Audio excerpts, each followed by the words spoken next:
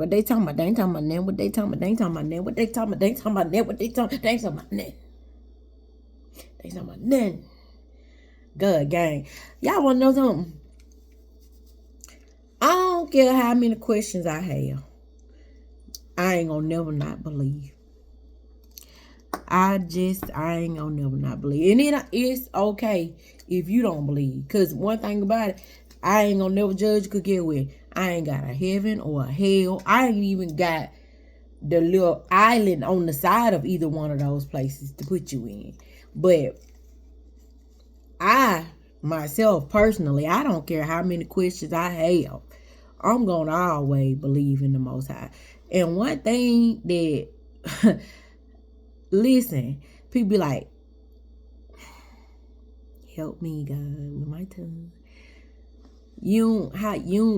How you believe in this and you ain't how you believe. And I had to tell my nephew the other day, because he is my nephew who come to mind what I'm thinking about now. He said, TT, how you believe in something you don't wholly understand, 100% understand. And this is what I said to him.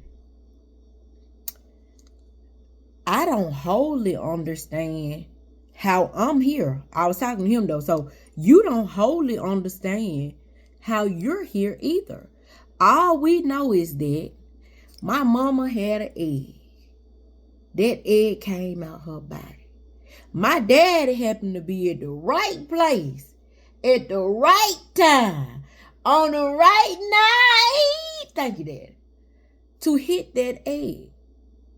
So a little bitty egg, something you can't even visibly see for real, with some liquid sperm. It's liquid. It's stuff sticky. It can get icky. It get icky when it gets sticky. Hit this egg. And that turned into me. And you. And your mother. And your grandmother. And your father.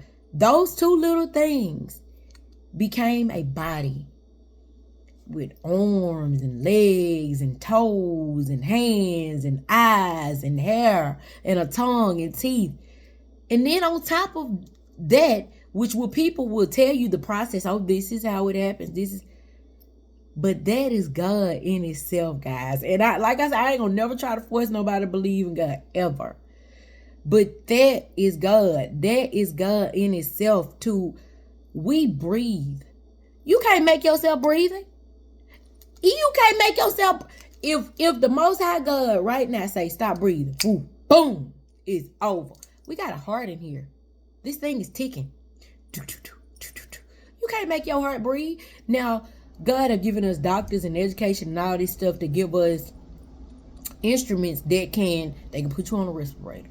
They can put you, but if the Most High say, man, you finna check up out of here, man, the lights will go off. You ain't got no electricity. They can put you on a respirator, but get what? That generator, the backup generator that they got, because the light went out. If he wants you, he'll cut that off. So now, because you using instruments, so now that the electricity off, now that the backup generator gone, boy, your air off. But if the Most High God say, turn the air back on, I can breathe. So I don't know. And I don't understand. And some of this stuff, guess what? I might not never know till I get over there. And I ain't trying to hurry up and get over there, Dad. I'm just saying. When I get over there, he probably gonna be like, come on. Because you had the most, and you don't never stop talking. Come on. Come on. Let me roll the footage back so you can get a complete understanding so you can go on about your way. And I'm like, thank you. But anyway, welcome back, Good Gang. Good Gang. Is that a G? Good Gang, gang, gang. I'm trying to walk you guys through this with me. Because I know a lot of people don't have a chance to read the word, or a lot of my friends said, but they just can't get with how I read or whatever. So I'm trying to take y'all on this journey with me. I'm actually farther ahead than where I am, but I'm going back to catch y'all up to get me to where I am so that I can start back reading on track. So where we gonna start at today? Welcome to Common People Bible Study, where we call it CP, and the C is not for colored, it's for common people. Okay? Alright. So we're gonna start at Genesis 11, guys. And Genesis 11. Hold on. Actually, if you want to know, because I know a lot of people are really, really curious. If you want to know about the history, the generational history of Noah and them, Noah, Shem, Ham, and Japheth, up to Abraham, because Abraham is one of the real common ones that we hear about in church. So if you want to get up to him, you can read Genesis 10 through 12, and it'll bring you up to where I am. But it's just really like lineage stuff. Begot, bringing you up to where we are. Okay, so I'm gonna say the name Terah because I googled how you say it and it was like Terah. So Terah is like Terah. These names, we still using these names because I got a cousin named Terah, guys. Shout out to you, cuz. He was Abraham's dad, right? So we are in Genesis 11:27. So Terah was Abraham's dad. He had Abraham, Nahor, and Haran. And Haran is the father of Lot. Okay? Haran died early. He got, I don't know what happened, but he died early. Okay? So Abraham gets married to Sarai, and Nahor married Malka, or Malika, however you want to say that, which was his niece because she was the daughter of Haran. Okay? So Terah, which is the father of Abraham, and, Nahor and Haran, he leaves where they are. He took Abraham, his wife, and Lot to the land of Haran. And so I have questions about that.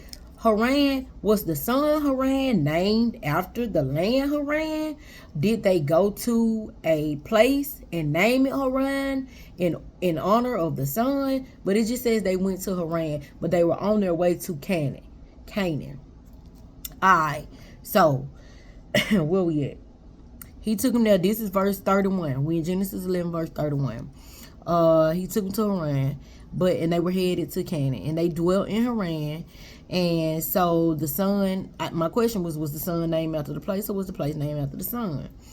Okay, so come on down to Genesis 12, verse 1. God told him, nope, this ain't it. This ain't the place I got for you. I got a place that I want you to be that's way better than this. This one God started telling Abraham, he got a land for him. He gonna make him the father of many nations and all this and all that. The things you always hear in church. I got better for you. Don't settle for this. I got somewhere I want you to be. So we go to Genesis 4, with Genesis 12, verse 4, Abraham left. You read on down. A famine hit the land. We in verse 9. A famine hit the land. And this is where I want, if you are easily offended by people having opinions, this is where you should leave. Because this is where we are all our life. We've been told that Abraham is the father of many nations, and Sarah was blessed because Sarah's name ends up changing to Sarah. And Abram's name really is Abram, and it ended up being changed to Abraham. And, that God blessed her with a child in old age. But let me tell you something. These folks got history. Before that, though, they had a street life before that, though. Genesis 12, verse 11. Genesis 12, verse 11. And it came to pass, when he had come near to enter into Egypt, because they left where they was at because of the famine, and they had to go down to Egypt we need food. Apparently Egypt was always the source of, they kept their stuff together, the food and water and all this stuff. Okay. So, and it came to pass, when he had came near to enter into Egypt, that he said to Sarai, his wife, behold now, I know that you are a fair woman to look upon. She bad. She fine. 5'9", like an Amazon with the bow leg. Built like a Coke bottle. She bad. Jet black hair down to her butt. Not a lick of fat on her, but a big butt. She's awesome. And she might have had some hazel eyes. She nice. Therefore, it shall come to pass, when the Egyptians shall see you, that they shall say, this is his wife. And they will kill me, but they will save you. So look, when we go uphill, I need you to do something for me. Y'all tell me these ain't our ancestors now. Because he working up there to do something. Because look, you beautiful. And if they see you and they know you my wife, they gonna kill me. But then what? You know he had to say some more stuff. You know that old slick stuff. And then what y'all like? You know I love you. You the love of my life. Ain't nobody else gonna love you like I love you. Ain't nobody else gonna take care of you the way I take care of you. And whoop and wham bam, boo-doo-doo-doo-doo. So after that he says, say, I pray you are my sister, that it may be well with me for your sake, and my soul shall live because of you. Now, if you don't understand what that just read, what he said to his wife, who he loved, who is the baddest of the baddest, I got to have her, is look, I need you to lie when we get up here, because, hey, they gonna kill me for you because you too fine. And I know they gonna want you. So I need you to say you my sister. Please, baby. I'm praying, baby. Please, I'm begging. That boy was begging like he sweat. Tell these folks you my sister so they won't kill me. And that's why I said Abraham was the first pimp. Abraham was the first pimp because he pimped out his wife. And I know that's going to be hard for some of y'all to think of it like that. But I don't care how you think of it. Because that's the truth. That's the truth. That's what, and he was right. Because if you go down to verse 15, chapter 12, verse 15, it says, notice 14, verse 14, and it came to pass that when Abraham had come into Egypt, the Egyptians saw the woman, that she was fair. She was fine. The princes also of Pharaoh saw her and commended her before Pharaoh. And the woman was taken into Pharaoh's house. How long was she there? What they gave her when she got in there. What they did when she was in there. What did she get for herself for being in there?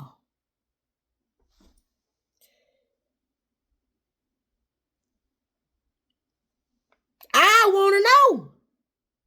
I would like to know. I would like to know the answer to that question. Because it says, now this is, how long was she there? In Pharaoh's house. Chilling with Pharaoh. Doing whatever Pharaoh asked her to do. Because think about it now. You ever had a new girl come to your school? And then you intriguing off the ripper because don't nobody know nothing about you. And she bad. And she got the long hair. And she got the eyes that are beautiful. And she got the small waist. And she got the big booty. And she likes sports. And she's smart. I got to have her. But verse 16 says, and he treated Abraham well for her sake. And he had sheep and oxen and donkeys and manservants and maidservants and she-donkeys and camels. Okay. We done gave the man a house. On top of that, giving the man a house, because we getting him there for his sister. Because I got to step correct behind her because I want her and she bad. I done gave him a barn. Because a barn had to be a stable for all these animals. You had to have a nice sized dwelling because you got man servants and maid servants. So that's men and women, slaves, servants, y'all. So it takes time to get all these. We done came into town. So now you got a house, you got a barn, you got animals, and you got servants. The first bottom girl. You can call it how you want to call it. You can say it how you want to say it. She was the first bottom girl. My number one, my main thing. It was Sarah. I'm going to do what I got to do for my man. This biblical. Y'all wonder why some of us still act the same way? It's biblical. Ain't nothing new under the sun. And then, God's favor is not fair and ain't nothing you or I can do about it. Because after that, chapter 12, verse 17. And Yahweh plagued Pharaoh and his house with great plagues because of Sarai, Abraham's wife. Pharaoh got the whooping. Pharaoh got the whooping. Abraham lied. Abraham was the one that lied. And Sarai was the one that lied. Y'all lied. You guys are the liars. You guys lied. I didn't even know. And I'm getting a whooping. Favor ain't fell. My folks told me that my whole life, favor ain't fell. It just is what it is. And so, down to 18. And Pharaoh called Abraham and said, what is this you have done to me? Why did you not tell me she was your wife? Why said you, she is my sister? So I might have taken her for my wife. Now, therefore, behold your wife. Take her and go away. Get gone. See, God, you better have God on your side, because this right here showing you, even when you do wrong, when God is on your side, you're going to be all right. You're gonna be okay. And I hate to say it like that because people don't like to hear the truth, but this is the truth. When God is on your side, even when you're doing wrong, you're gonna be okay. Years ago, I was talking to somebody, I can't remember who it was. But we was talking about, I was telling people, I don't care. I was talking to a little youngster, and it was another person. We was in the shop.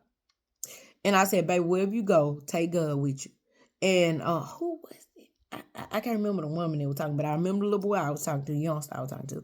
Wherever you go, take God with you. And she said something along the lines of, God don't want to be among, like, you know, people start being negative and being stereotypical. God don't want to be basically with you when you doing wrong. You wrong. God gonna be with you wherever you at, wherever you take him with you at. That's what God gonna be with you. I don't care if you a stripper, take him in the strip club. I don't care if you down there shooting dice, take him down there with you. Take God down there with you. Going to the club, take him with you. Take him with you. And don't let nobody tell you that you can't take God with you wherever you go. Don't let nobody tell you that. Okay? Now, I ain't saying I uphold wrong. I uphold wrong and all that. But I ain't no saint, y'all. And just being honest, I don't even know if some of the saints is saints. Because everybody got a way of preaching and teaching when they want to justify them being right. And they apply it to other people being wrong. And none of us be like, I mean, I did back in my day. You just want to drag, whatever. We're in Bible study. Okay? So, why said you, she's your sister, so that I may have taken her to wife? So Pharaoh, I believe he married her. And I don't, we ain't get the whole, like I said, we don't even know how long she was there. We don't know what went on. We know she ain't had no baby because at this point, God hadn't opened a womb. And so not only did he let them go with their life, he let them leave with everything. Verse 20. And Pharaoh commanded his men concerning him, and they sent him on his way with his wife and all that he had.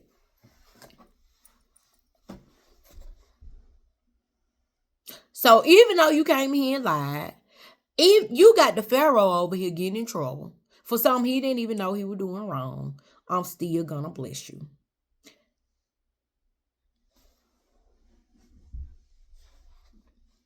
God favor ain't fair, and he favor who you want to favor. And if y'all got a problem with that, take that up with the big man. Because I ain't did that, but I'm reading the book. Okay? And that was my question for today. How long did y'all know that Abraham was the first pimp? And how long y'all think she was there? And why Pharaoh got the whooping? He ain't even do that.